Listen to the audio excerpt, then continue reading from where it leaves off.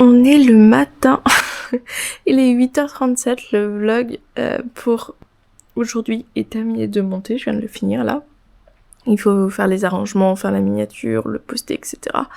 Et je regarde en même temps le vlog d'hier de About Estelle, une de mes youtubeuses préférées.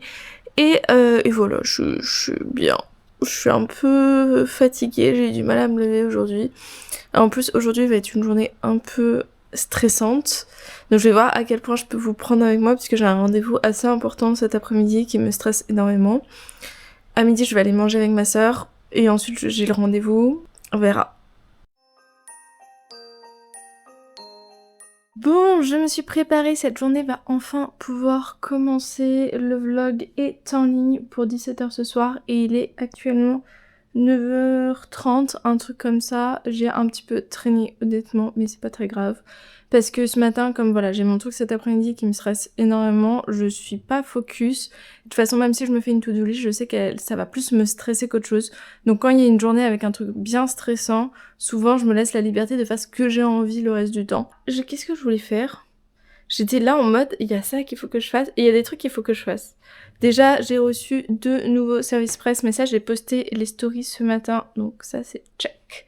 J'ai commencé ce matin, mais vraiment le premier chapitre de Noël à New York, puisque je vous en avais parlé la veille, il est sorti. Après, en livre que j'aimerais commencer, je me suis sélectionnée notamment livre de Noël aussi, jusqu'à Noël, que j'aimerais bien commencer vraiment.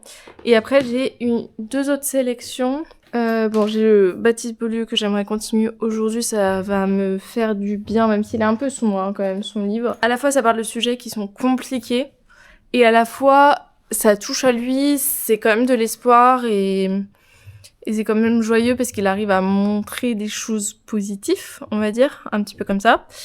J'ai aussi sélectionné, du coup, que j'aimerais bien commencer, Ces promesses qu'on croyait éternelles, que je traîne depuis quelques temps en mode j'ai trop envie de le commencer, mais il y a plein de lectures qui arrivent et je les priorise parce que soit service presse, soit projet lié à ma chaîne. Mais en fait, mon copain m'a acheté ça pour mon diplôme et pour me féliciter de mon diplôme. Donc, en plus de ça, voilà, j'ai envie de le lire. Et j'ai envie de lui en donner des nouvelles. C'est le tout dernier tome de la saga. C'est la partie 2 de cette duologie sur le même couple. Rien que vous en parler, là, j'ai envie de le commencer. Pourquoi pas ? Pourquoi pas le commencer maintenant ? En vrai, j'ai pas d'impératif. Si j'ai un truc à faire, c'est qu'il faut que je réfléchisse aux vidéos que je fais samedi et dimanche. Alors samedi pour vous, dimanche pour mon autre chaîne. Et voilà, faut que je réfléchisse à ce que je fais parce que là j'ai 0. Autant pour les semaines d'après j'ai prévu des trucs, autant pour cette semaine je sais pas exactement ce que je vais faire. Donc faut que je réfléchisse au contenu que je vais proposer. Et aussi j'ai sélectionné Seule la mort attend la vilaine. C'est un webtoon, j'avais lu le tome 1 avec vous dans les vlogmas que j'avais fait qui n'étaient pas des vrais vlogmas puisque c'était une vidéo par semaine mais en vlog et avec cette idée un peu de Noël. Et j'avais lu ça, j'étais malade, je m'en souviens. Et j'ai acheté au salon du livre de Montreuil cette année le tome 2, donc j'aimerais, pourquoi pas, les reprendre tous les deux, soit dans ce vlog, soit demain, et les lire et vous en parler.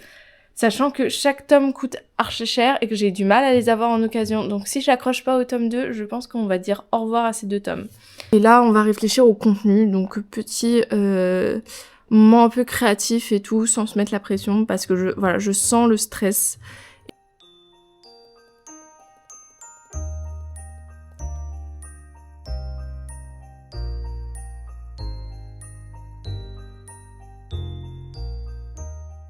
Bon, j'ai préparé du coup la vidéo de samedi. Je pense que si vous avez vu un petit peu le rush juste avant, vous devez deviner un petit peu ce que c'est. Ce que j'avais à vous dire d'autre, donc là je vais partir pour aller manger avec ma sœur et ensuite j'ai mon rendez-vous qui me stresse. Avant ça, je voulais vous parler d'un livre que je lis là en audio, je l'ai fait pendant la vaisselle. C'est Inviolentia Veritas de Catherine Girard. J'ai mis en pause un petit peu Suprématie parce que dans ce délire-là de la mafia, je sentais que ça desservait au livre que je le lise en même temps que Cuero Assassino parce que ça faisait trop de mafia. Inviolentia Veritas, c'est un livre qui va parler de l'histoire de l'autrice et plus exactement du fait que son père a été accusé et acquitté puis ensuite a avoué, il me semble, à sa fille, mais j'en suis pas encore là dans le livre. que il avait tué son père, sa tante et la gouvernante, globalement.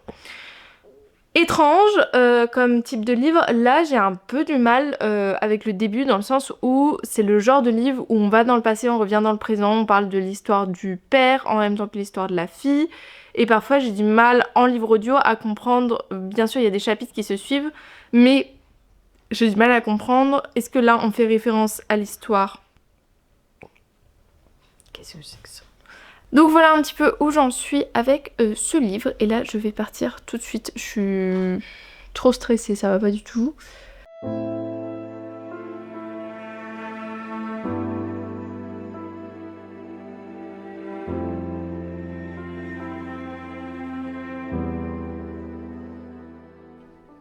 Je suis rentrée, je suis un peu lessivée là. Bon, mon rendez-vous s'est plutôt bien passé, mais je vais pas trop vous en parler ici sur la chaîne. Je vais passer à autre chose. Le but, ce sera que je lise parce que du coup, j'ai pas du tout lu aujourd'hui. Mais en même temps, j'ai pas envie de lire là parce que je sais que je vais être trop avec ma tête et trop à réfléchir plus qu'à focaliser sur ce qui est écrit. Donc le mieux, c'est de... Ma technique à moi, c'est pas forcément la meilleure. Je sais qu'il y en a peut-être d'autres qui ont des meilleures techniques, mais je fais ça depuis mes études parce que pour tout ce qui est santé mentale et tout ça, et quand je pense beaucoup trop à ce que j'ai pas envie de penser, une de mes méthodes, c'est, je l'utilise souvent, hein, pour être honnête, mais c'est de travailler et en même temps d'avoir un film ou un truc derrière qui me concentre et vraiment j'ai plus la place en fait pour réfléchir à autre chose que ce que je suis en train de faire et du coup c'est plutôt positif. Je sais pas si on pourrait dire que c'est positif, mais moi ça me va. J'ai toujours besoin en fait d'être sollicitée par plusieurs choses en même temps et ça me va bien moi parce que quand je fais qu'une chose, c'est plus compliqué. Qu'est-ce que tu viens? Ah! Tu viens te poser toi? J'ai dit bonjour à Happy qui est là sur mes genoux, qui commence à faire n'importe quoi, qui s'en va vexer, mais il est revenu quand même. Bref. Je vais terminer de préparer la vidéo de samedi et je vais voir ce que je peux proposer sur mon autre chaîne comme vidéo. Je ne sais pas là, c'est juste essayer de travailler un petit peu sur ce que j'ai à faire. Que oui, cette semaine, c'est une semaine assez chargée. Demain, autant on est sur une journée tranquille à la maison, autant mercredi, jeudi et un peu vendredi, je vous réserve des choses.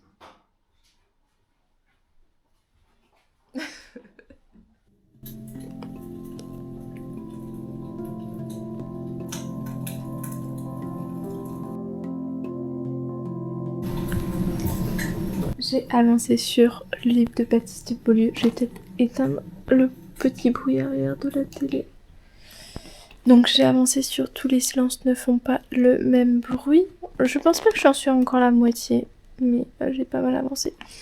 Et je voulais vous en parler. En fait, je voulais prendre l'autre caméra parce que c'est plus simple, je peux la poser. Et elle fait une meilleure qualité. Mais il y en a un, il s'est endormi sur mes genoux. Et comment dire que j'ai la flemme de le déplacer. Est-ce que je vous prends plus tard pour vous en parler? C'est juste, j'ai trop de trucs à dire et si je vous prends pas rapidement, bah je risque d'oublier la plupart. Et il va râler le petit. Si je suis rapide, en vrai, il peut se rendormir. Bon, du coup, opération réussie, il s'est rendormi sur mes genoux, tout va bien. Du coup, pour vous parler un peu du livre, j'avais une citation notamment que j'avais envie de vous dire parce que moi, personnellement, elle m'a choquée. Donc on est toujours dans le livre du coup de Baptiste Beaulieu qui raconte son histoire et notamment sa jeunesse. Et là, on commence à être dans le début de sa vie adulte sur le fait qu'il est homosexuel et cette thématique-là et à quel point il y a de l'homophobie qui est présent un peu partout dans la société. Et là, il va notamment mettre en avant un chiffre qui m'a un peu choquée. Savez-vous quelle est l'insulte la plus souvent proférée dans les établissements scolaires? C'est l'insulte PD. En moyenne, un collégien l'entendrait 15 fois par jour. C'est énorme. Et enfin, là je me suis arrêtée à un passage que j'ai mis avec un post-it. Et la raison pour laquelle je prends cette caméra maintenant, c'est que ce matin, j'ai reçu un petit... c'était pas ce matin, si c'était ce matin. J'ai reçu un commentaire sur... D'ailleurs, je suis trop contente. Merci à tous ceux qui mettent des commentaires et tout, parce que... Genre, vous en êtes pas mal à réagir un petit peu avec mes vlogs. Là, c'est sur le vlog numéro 5, donc il y a deux de avant. C'est pas sur Baptiste Beaulieu, c'est sur le livre que j'ai lu avant, hier que j'ai terminé, Cuero Assassino. Donc il parlait de la mafia, c'est de la dark romance. Et donc je parle notamment du fait que je trouve qu'il y a quand même beaucoup de passages qui sont misogynes ou qui vont pas... Et que je trouve ça dommage qu'on retrouve ça en dark romance parce qu'on pourrait évoluer et avoir des comportements peut-être un peu plus sains. Et oui, même en dark romance. La dark romance peut avoir ça, selon moi. Alors certains diront ce sera plus de la dark romance, ce sera de la romance sombre, peu importe comment on l'appelle. On peut avoir un contexte qui est très sombre, très gore, et en même temps avoir du respect et des comportements plutôt valorisants de la part de nos deux protagonistes principaux. Et c'était ça que je voulais mettre en avant, et peut-être que je l'ai mal dit ou mal interprété. Donc il y a quelqu'un qui me dit un commentaire, et qui me remercie, qui dit qu'il s'est abonné à moi, donc merci beaucoup. Et qui va ensuite... je me demande quand même un truc, pourquoi voudrais-tu enlever des livres la romantisation de violence et la misogynie? Là, ça ne semble pas gratuit, mais pour dessiner les contours des personnages. Alors que la littérature reste un espace encore un peu libre d'expression artistique, voudrais-tu un contrôle des livres avant leur sortie pour être sûr que leur contenu corresponde à une certaine vision du monde? Faut-il lisser les personnages? Faut-il arrêter de parler des ordures qui continuent à peupler le monde? Faut-il écrire des histoires en évitant certains aspects de l'humanité? En attendant, peut-être ta réponse, un conseil de lecture, et là il ou elle me conseille un livre qui est Sensibilité. En fait, pour répondre à cette question, déjà non, je suis pas pour le contrôle de la littérature, je suis plutôt pour qu'on écrive ce qu'on a envie d'écrire. C'est juste une question de ce vers quoi nous, en tant que lecteurs, on pourrait se diriger plus facilement et ce qu'on pourrait nous valoriser plus. Je dirais que c'était plus un contrôle de l'écriture par le lecteur que par quelqu'un qui contrôlerait vraiment tout et qui dirait ça a le droit d'être publié, ça n'a pas le droit d'être publié. Voilà, moi je suis vraiment pour que si on a une idée, on puisse l'écrire et elle puisse apparaître la limite de la législation française. Voilà. Il y a des trucs quand même qui sont interdits et ils sont interdits pour une bonne raison. Moi en fait le problème de la misogynie c'est pas qu'une question de est-ce qu'il faut contrôler ou pas contrôler ou est-ce qu'il faut mettre en avant de la misogynie qu'on pourrait... Parce que je pense dans ce commentaire ce qui est important pour la personne c'est de parler notamment de la misogynie qui existe aujourd'hui et ne plus la mettre dans les livres, c'est peut-être aussi invisibilité cette misogynie qui malheureusement persistera même si on enlève toute la misogynie de tous les livres qui existent. Et peut-être que parfois c'est aussi bien de mettre en avant cette misogynie pour la dénoncer. Et je pense que c'est là que ça manque. Et pourquoi dans Cuero Assassino ça me gênait, c'est qu'il n'y a pas ce côté-là où on dénonce cette misogynie. C'est comme c'est écrit... la personne dit je ne crois pas que c'est de la misogynie gratuite. Pour moi ça en est dans le sens où ça n'est pas dénoncé, où ça n'apporte pas quelque chose à l'histoire et surtout la personne parle aussi de dessiner les contours des personnages. Je suis désolée mais Aslan par exemple pour parler de notre personnage masculin principal il peut avoir des réflexions misogynes et pourtant c'est un personnage qu'on est censé aimer, apprécier et moi en tant que jeune femme qui lit ça j'ai pas envie de l'apprécier en fait. Je vois cette réflexion et je me dis mais s'il revient pas sur ses mots ou s'il se rend pas compte de ce qu'il est en train de dire, moi j'ai pas envie d'apprécier ce personnage. Et donc oui ça dessine les contours du personnage mais c'est vraiment dommage quand c'est des personnages que t'es censé toi apprécier. Parce que le risque c'est que moi là je les souligne et je vous les mets en avant et peut-être que c'est un peu gros et c'est peut-être un peu redondant parce que je le relève dans beaucoup de livres, mais le gros risque c'est que quelqu'un le lise je trouve et se dise oh c'est normal qu'il pense ça, c'est normal qu'il dise ça de cette manière-là et je peux quand même l'aimer et je peux quand même m'identifier au protagoniste féminin par exemple pour l'aimer lui et accepter qu'il puisse avoir ses propos que ce soit des femmes en général ou que ce soit particulièrement notre protagoniste féminine et ça me pose plutôt problème. Voilà pour répondre un petit peu et je trouve que c'est dommage que voilà on n'ait pas d'autres figures qui puissent exister et là c'est pas tant en réalité dans la relation entre notre protagoniste féminin et masculin, c'est bien plus dans l'histoire de manière générale et le fait qu'on vive dans ce monde-là de la mafia où les femmes n'ont pas leur place. Oui, parce que ça peut paraître réaliste et je suis d'accord avec ça. Le truc c'est que notre personnage féminin, elle passe vraiment pour une badass du début jusqu'à la fin. Et ça pour le coup ça a été bien fait, j'étais trop contente que ce soit bien fait. Et pourtant, à côté de ça, ils vont lui interdire plein de choses. Au début ils vont pas lui donner d'armes alors qu'elle est plus forte que la plupart des autres.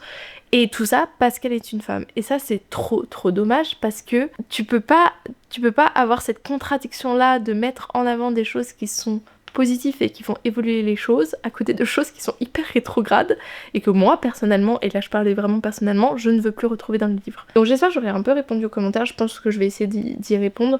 Il y a aussi quelqu'un d'autre qui a répondu par-dessus et qui avait peut-être une opinion un peu plus proche de la mienne, en parlant notamment d'essayer d'éviter le cliché en romance des bad boys qui ont des comportements un peu toxiques. Alors là c'est pas vraiment encore une fois dans le comportement de notre protagoniste principal, c'est juste le monde dans lequel ils évoluent, avec même des personnages qui sont jugés ou vus comme des personnages un petit peu pas positifs mais qu'on aime et qui ont des propos des fois enfin moi en tant que jeune femme en lisant ça je lève les yeux au ciel et je me dis mais en fait j'étais tellement bien dans la lecture et ça me fait sortir de ma lecture parce que je suis en mode en fait je suis pas inclus dans cette lecture, on me parle mal quoi à travers ces mots et c'est plus cette partie là je pense que je peux ne pas aimer.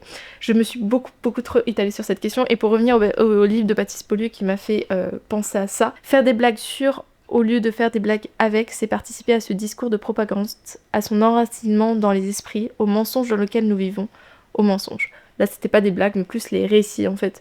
Faire les récits sur un type de personne et pas avec, bah c'est en fait participer au fait de continuer à faire de la misogynie et continuer à ce qu'elle soit exprimée en toute impunité et que, comme dans le livre, Ayane, à force de répondre et elle est la seule à se battre contre tous ces hommes face à cette misogynie, et ben elle arrête de répondre et elle cautionne ce qui se passe, par exemple. En tout cas, merci pour vos commentaires, j'adore débattre sur ces questions, donc merci à toutes les personnes qui ont un peu posé leurs commentaires sous cette vidéo, donc n'hésitez pas si vous avez d'autres avis et tout, enfin moi je suis vraiment pour qu'on puisse s'exprimer justement librement tant que c'est dans la bienveillance et que voilà, il y a plein de débats autour de ces questions.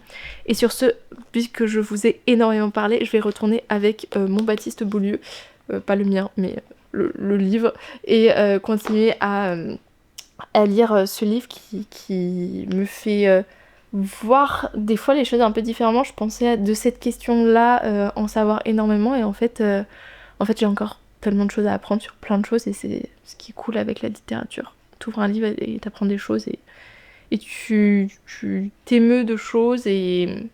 Bref, allez c'est parti. Avant que je vous reparle trop. Je suis en train de m'interroger sur quelle citation je vais mettre parce que littéralement tout le livre est une citation qu'il faudrait retenir et mettre sur mon Insta donc... Voilà. Alors, j'ai pas ouvert la case d'aujourd'hui avec vous. Alors, j'ai cette petite boîte, donc je pense que c'est un bijou. Oh, c'est des boucles d'oreilles. Une première boucle d'oreille. Ça veut bien faire le focus. Bon, et l'autre, c'est la même. C'est trop beau. Elles sont super belles.